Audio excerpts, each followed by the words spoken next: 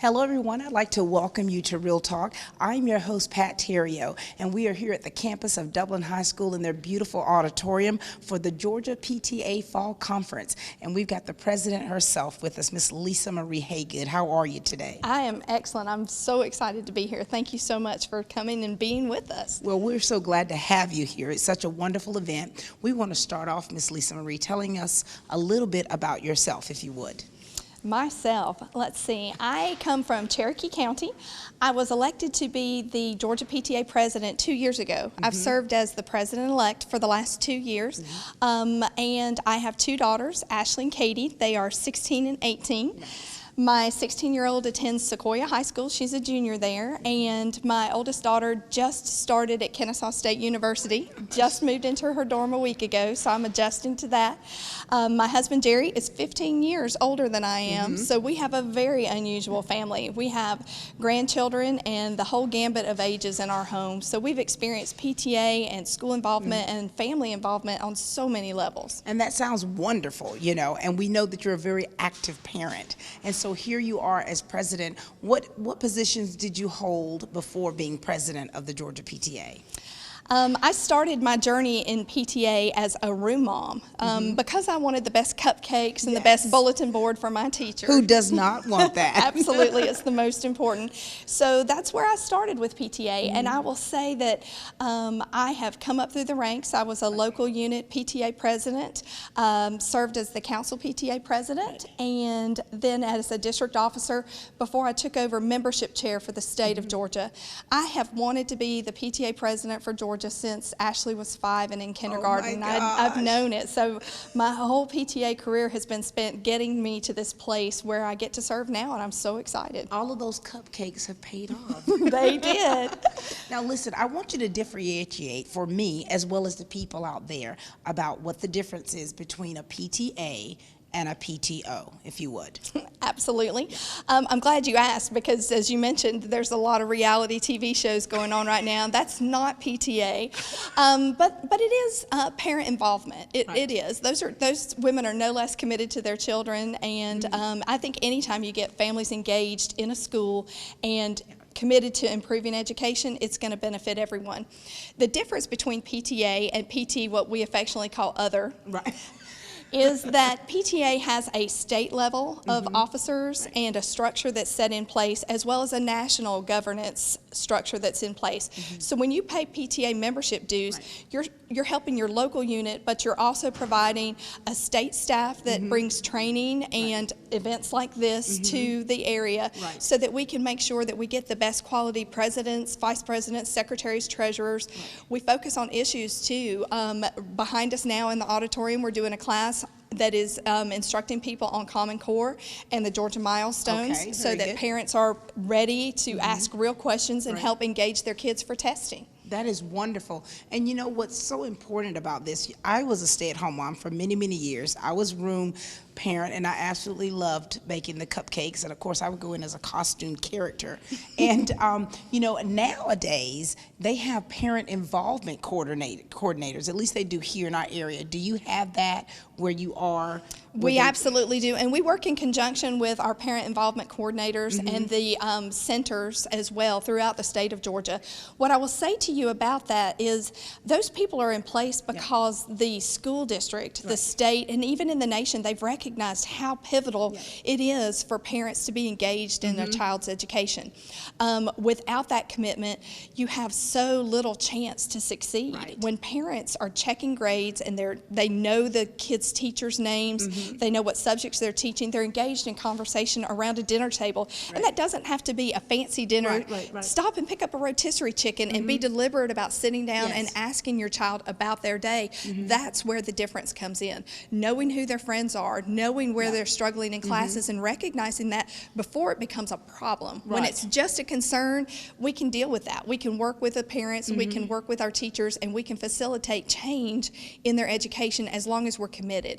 Every child will find something that they struggle with, but a parent that stands behind them will get them through that place. Absolutely. Now, I want to ask you, as a mom, and of course in the position that you're in, have you seen a difference through the years with the involvement of the parents? Unfortunately, we have, but I think that's a sign of the times. Right. The economy got really difficult, and so many parents, including myself, had to return to the workforce. You Right. didn't really have the luxury of being home and being as deliberate. But just because you go back to the workforce doesn't mean you can't connect with your kids and their Absolutely. schooling experience. You just have to be a little bit more deliberate and conscientious about it. Absolutely, and I'm so thankful that the school systems here are actually making a concerted effort in order to get that parent involvement and to work around the schedules and the fact that there are working parents. And so Well, that's we very have good. to meet people where they are. Absolutely, absolutely. You know, they say it takes a village. And so when you've got the parents that are involved, the parents are active, you know, and they have a great communication with the students and with the teachers, that only can mean success. That's true. I would challenge every parent that hears this to know the names of the teachers that their kids are experiencing, know who teaches biology, and know what they're studying that week. Make deliberate conversation. Just don't say, "What did you learn at school today?" because the answer is always going to be nothing. Nothing.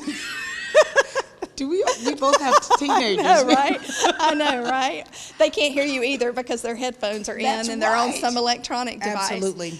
And I want to ask you this too: what does a parent need to do to be involved with the PTA? How do they join? What kind of things they need to do? Who do they need to contact for that? Well, we, in all likelihood, are going to find you Yeah. as long as you're coming to the school for an open house or an orientation event, any Right. sort of engagement night, curriculum night, open houses. We are there. We are active. If not, you can check on your website. We will connect you and make sure that you're plugged in. If you can't give time, people tend to assume that just because you join PTA, you have to volunteer, and that Right. couldn't be further from the truth. You can be a PTA volunteer. We can find things for you to engage in at home on your time. It's real life. We get it, and we're all struggling to make ends meet. Everyone has problems. Yeah. Everyone is in this together. So whatever we can do to meet parents where they are, we will send home membership applications, or you can click online in most instances on your website and get in touch with your local unit officers. And that's good. That's good. And they make these things available. Of course, first day of school, you get 1,000 sheets of paper that you have to fill. That's true, but our membership is open year-round. So if that's it's good. overwhelming right now when Right. you're busy paying for yearbooks and everything else, I joke that the month of August is dedicated to Sequoia High School in my checkbook, every line. So, give it some time. We don't need to kill you. Our membership is available to you year-round, and we always welcome parents at the table.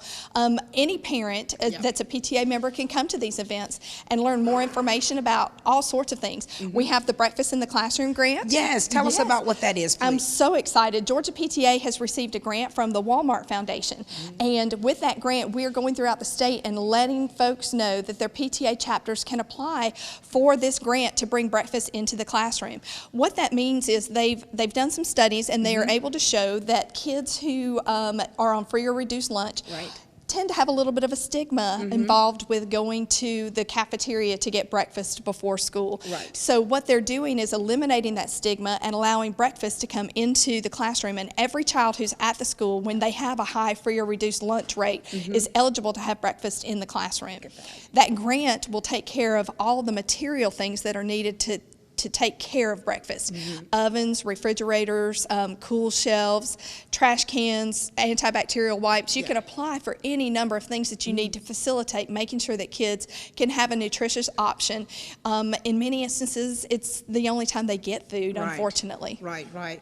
And so every school, are they already aware of this, or is this something that PTA members have to make aware to the different schools? We have committed to making people aware. They should know if their school Right. has a high level of free or reduced lunch. But if you question whether or not your school is eligible, just come ask us. We are happy to help you fill out the grant application. There's a lot of money available to facilitate making sure those kids get healthy, nutritious breakfast in their classroom, Right. and it doesn't hurt to ask. Yeah, absolutely. Well, listen, we're so appreciative of you, the position that you're in, of course, and even as a mom, the time that you have put in with your own children and your care and concern for all the children that we have here. Thank you. Thank you. You're beautiful. Thank you for being here with us. Thanks so much. My sister Pam is in there, and she whispered to me, she says, "You're not a member. You need to sign up." You better sign I up. know, Let's get I you a know. card. I know where we can get you one. Absolutely. Thank you. Ladies and you. gentlemen, this is the president, Miss Lisa Marie Haygood, Georgia PTA. We love you guys. Thank you so much for letting us come and spend time for our fall conference tonight. Thanks so much. Thank you. Take control of your future. Start a career in cosmetology today. Helen Powell, owner and instructor of Careers in Cosmetology, boasts a 100% pass rate for stylists. Careers in Cosmetology is a private school that teaches every student as an individual while providing a team-oriented environment. Earn your career fast and gain opportunity for advancement. Get started today. Call Helen Powell at 272-1967. Careers in Cosmetology, solid education since 1985. The title of the poem I shall recite for you is entitled Selma, the Bridge to Heaven, which was written by Mark Lucuna. Brothers and sisters, arm in arm, in grace with faith, and agape love, marched towards hate and the steel of repression. No door to heaven is easily opened. Sometimes the only choice is to die, not quickly, but slowly and painfully. The arc of justice bends under the weight of human sacrifice. They thought, this is it for me. Yes, this was it.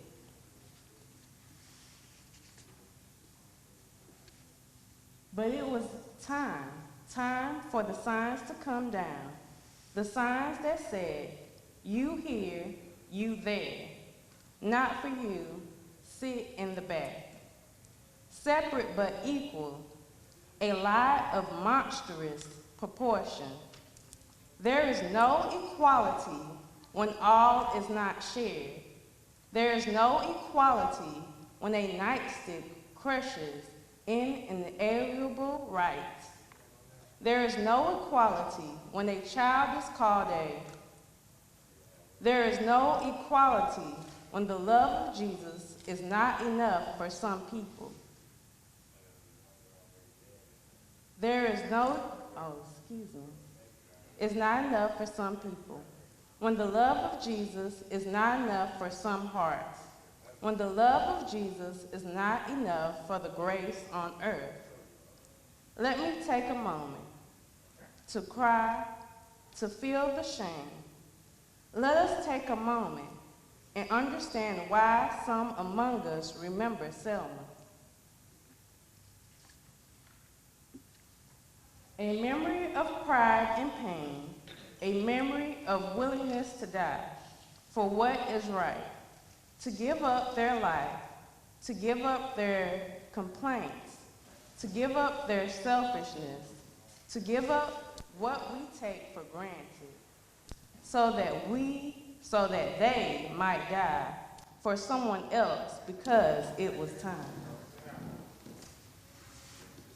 And the reason I chose this poem was because it was very recent, the movie had came out, and also looking into what the PTA stands for is sacrifice to help others in situations, especially education, when a lot of students struggle. And I know PTA has helped not only me, but a few of my friends get through hard times through high school. I am excited that we were able to showcase some of the talent from the students here locally. This is a beautiful facility, and I'm thankful that they would allow us to use this space. And I just want to thank everyone who had a hand in volunteering, preparing, and making sure that we could put this event on. I'm Jerry Davis, and on behalf of our Mayor Phil Best and the entire City Council, I'd like to welcome you here, this PTA, this fall conference. We're glad you're here, and want to say to Ms. Haggard and also Ms. Margie, Dr. Jones, and Ms. Ringfield.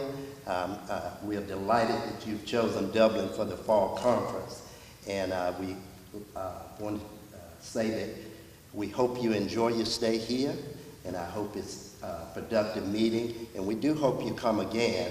And if anything that I could do while you're here, just call on me, and we wish you safe travels back to your destination when this conference is over. I'm Alice Stiles. I am from Monroe County.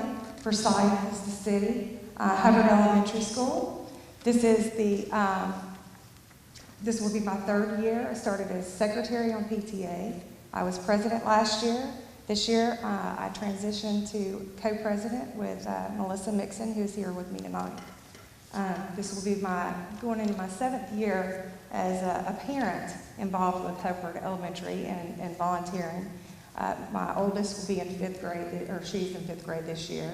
She's been there since pre-K, and I volunteered every year. So I've been a part of this school and part of it coming to PTA about 3 years ago. I think this is going into our 4th year when we chartered with PTA.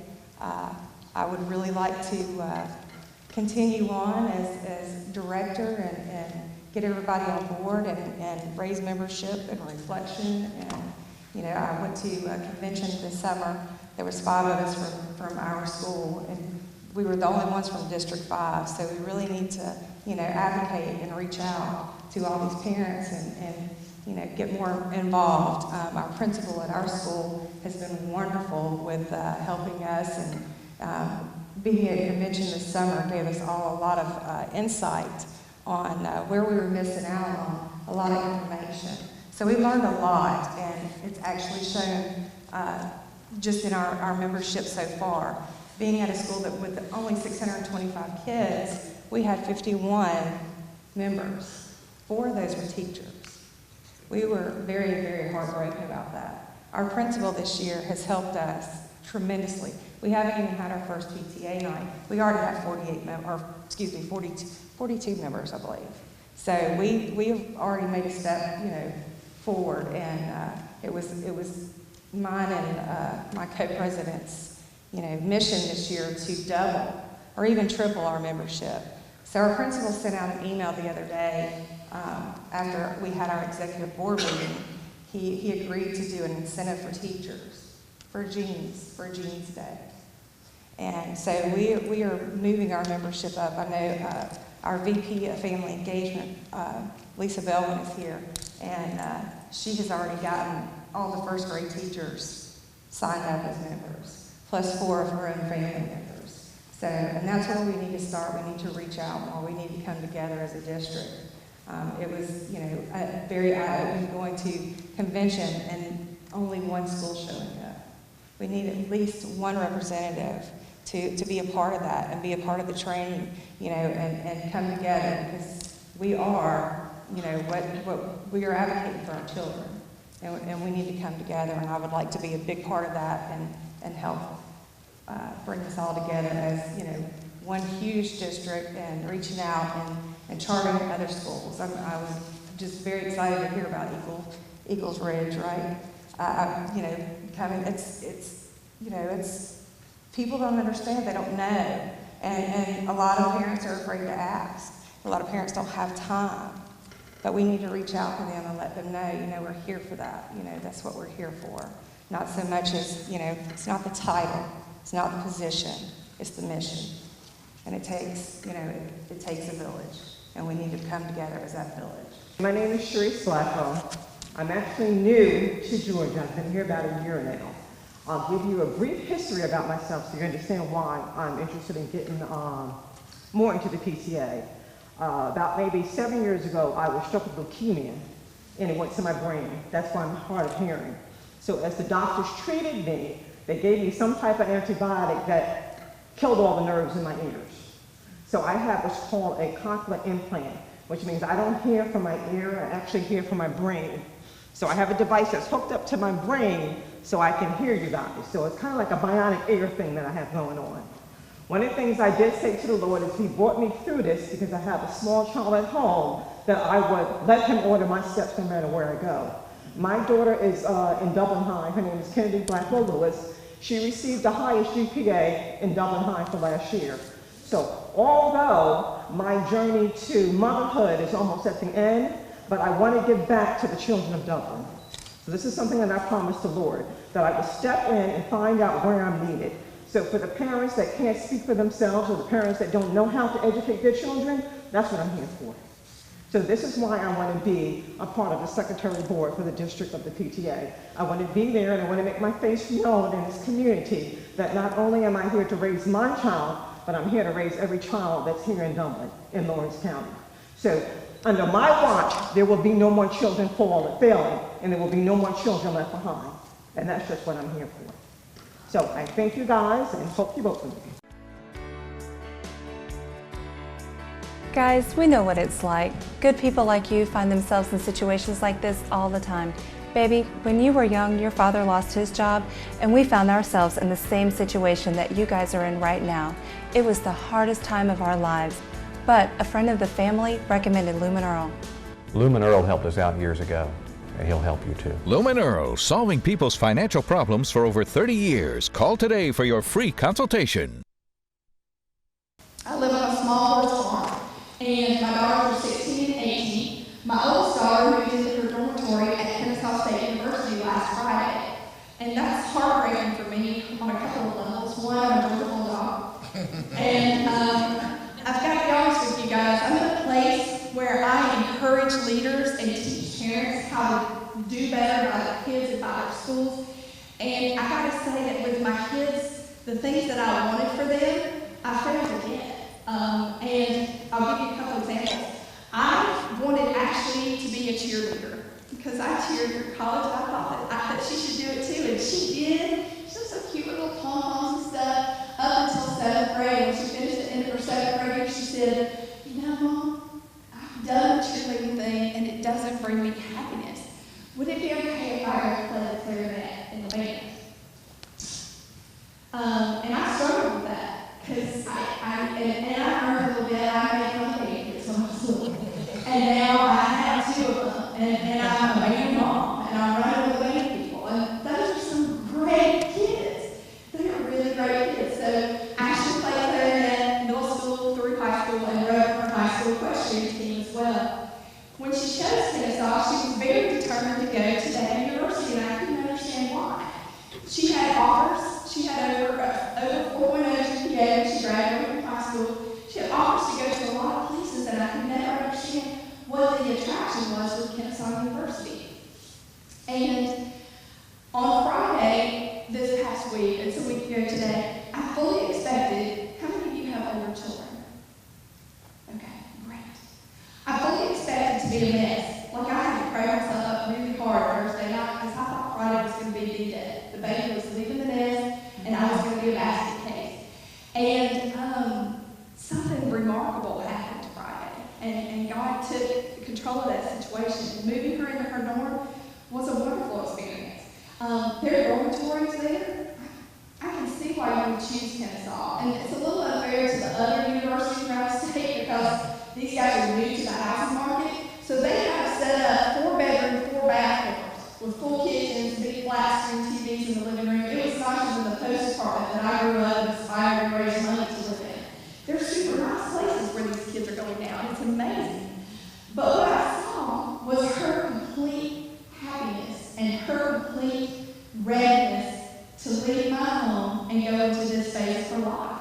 We unpacked, we laughed, I met her roommates' parents, and things felt good. And even as the day finished and we hung all the curtains and everything was up in her room, I expected that heavy heart to hit me as I walked away. And it never came. The tears never came. Not the whole day, not the whole night. When I walked into the house, my husband, who's been on eggshells for 2 weeks while we've been packing and nesting and fluffing and getting ready to go, he was like, "How are you?" Just waiting for it to go. But it was okay. And I have to think that part of that is about seeing your child where they're supposed to be. Because I believe in my core that every child has gifts. Every child has a gift. They all just open them at different times and in different ways. And one of the challenges that we have through this association, or any association, is to help children connect with what their gift and their calling is. We can try to make them something they're not because it's what we believe that they are or what they should be. But the square peg doesn't go in the round hole. And it is a really cool thing when you can see a child connecting with a teacher, when you see a teacher that connects with a subject, when you see a media specialist who loves a book, special and know the reasons that we get into this association. They're what we do and why we do it. The state PTA office exists to serve you all. 100%, that's all we're there for. You pay membership dues to state and we forward membership dues to national PTA. We exist to serve you. There's a state staff. If you call between 9 and 5, Monday through Friday, somebody's going to answer the phone. If I forget to turn the phone service on, I've been there until 9, 10 o'clock almost every night since the day I left it. People are there working and doing and serving for you because you're the reason we exist. It's a membership-driven association. Allison touched on a little bit, growing membership is hugely important. Ms. Margie will tell you and will tell you, growing membership is hugely important. It's what we have to do. District directors have to charter new local units in the area because without growth, we won't exist. Statistically speaking, the way membership has dropped off of PTA around the country, if you had a kindergartner last year, there wouldn't be a PTA by the time they graduate high school. Now, I have a lot of theories on that. I think there's a lot of places to give it served. You've got band boosters, football boosters, cheerleading boosters. PTA wasn't the only game in town for a really long time, and that's changed. It's different. Now you're going where your kids go, and that's what's important. Connecting and engaging families and making sure that we're there to serve kids is what we all exist for. I want you to know that we're here to train you. We're here to help you, to make sure your books are in order. Nikki's going to be helping us check out the audits, making sure everybody's okay. We've got policies and procedures in place to protect you and to protect your money. Because sadly, people are going to steal money. It's going to happen here in your district. It's unfortunate. And I want to tell you, one of the things that we just saw recently, again, I come from Cherokee County, and we prosecuted a woman who's no longer allegedly stole money. She's serving time for her indiscretion. But I want to tell you how this happened so that it doesn't happen in your school. Okay? Let's say Mr. Wells has a bingo night at his school, and he raises $1,136 in cash for bingo night. We have cash verification forms, right? You guys all see these cash verification forms? When you have a cash verification form, 2 people count the money. Sandra and Tina are going to count the money, and they're going to count every penny, nickel, dime, quarter, dollar bill. It's obnoxious. I've done it. I know it's not fun. They write out every coin that's there, and Sandra will sign it, and Tina will sign it. Now, somebody tell me what happens next. Who signs it next? The third person is who? The treasurer. Okay. Treasurer comes in, signs the form, takes the money to the bank. You made $1,136. When I come back, I look at the cash verification sheet when I'm auditing your books. I flip it over and the receipts taped to the back of that deposit slip. $1,136 went in the bank. So we're all good, right? We're not good. This person was taking checks from other events, membership, box tops, Stevie B's night, Chick-fil-A night, keeping those checks and swapping it out for cash in the deposit. $1,136 went in, but there were way more checks deposited on that back side than the cash accounted for on the front side. And you know she got away with it for 2 years. To the tune of almost $16,000 in 3 different nonprofit associations, 3 different booster clubs. PTA is the only association booster club nonprofit that had the checks and balances in place with that cash verification sheet that gave the police department 2 witnesses to the amount of cash that was there before it went back. Soccer boosters just have a box that they carry around. There's $50 when we start, or whatever there at the end, we put it in. So the checks and balances that we have are part of the value of being a PTA. She asked what the difference is. We tell you how to do it, and we give you the policies and procedures, and when we learn from mistakes, wherever we are in a mistake, we incorporate that into our training so that you're looking for it, and you can keep it from happening where you are. PTA is relevant, and it's real.